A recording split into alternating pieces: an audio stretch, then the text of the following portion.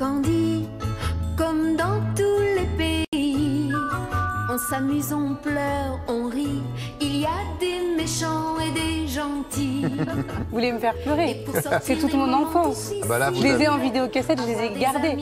C'est vous qui lanciez ça en plus. Ah ouais, Dans Récré à 2.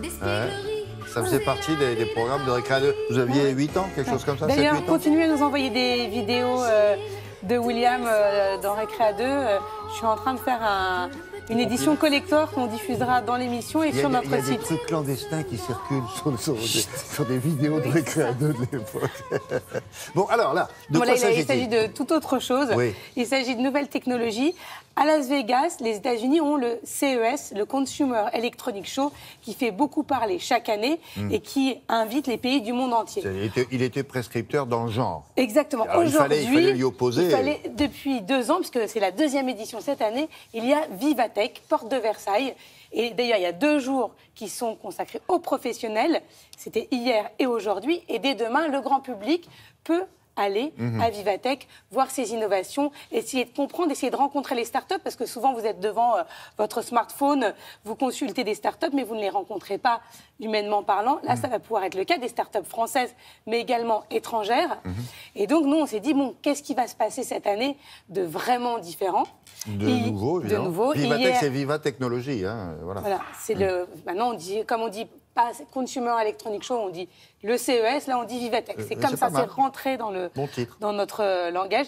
Hier, le président de la République était même présent pendant 3 heures, pendant toute l'après-midi, à Vivatech. Donc nous sommes allés rencontrer le cofondateur de cet événement, Maurice Lévy, qui est absolument un être exceptionnel, talentueux. Voilà, moi je suis sous le charme. Ah ouais? Oui.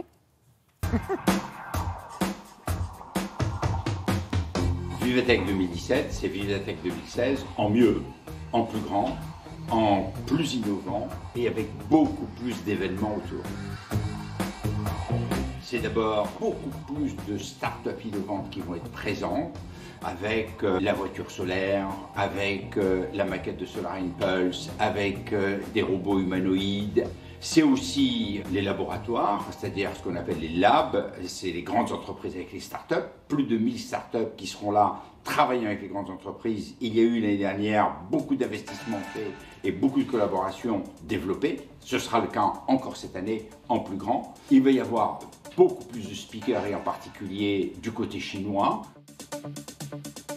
Il va y avoir un job dating où nous avons déjà plus de 2000 inscrits. Nous avons donc tous ceux qui cherchent un job dans cet univers, un hackathon, c'est-à-dire un concours de codage sur des projets, donc 24 heures ininterrompues où les gens vont travailler comme des malades.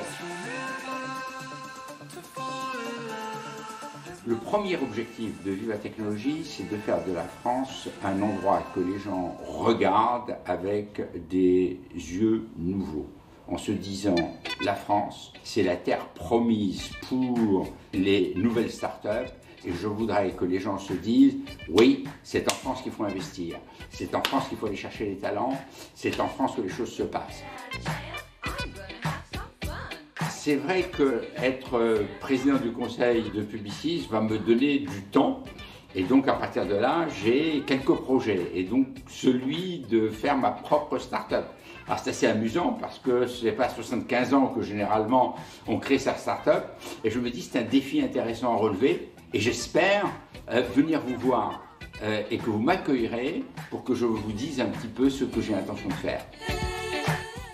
Et ben voilà, c'est un rendez-vous qui vous a donné. Il a raison. On aide toutes les startups à Télématin. Au milieu de cette bande de jeunes, ils ont tous 25 ans, il arrive, Maurice, hop, 75. Qu'est-ce qu'il y a, les petits gars? Alors Donc, nous, on est prêts à l'accueillir, à aller l'interviewer, à suivre sa start-up. Et sa jeune carrière, donc. Oui, une nouvelle carrière qui commence. Il n'y a pas d'âge. Non, c'est vrai.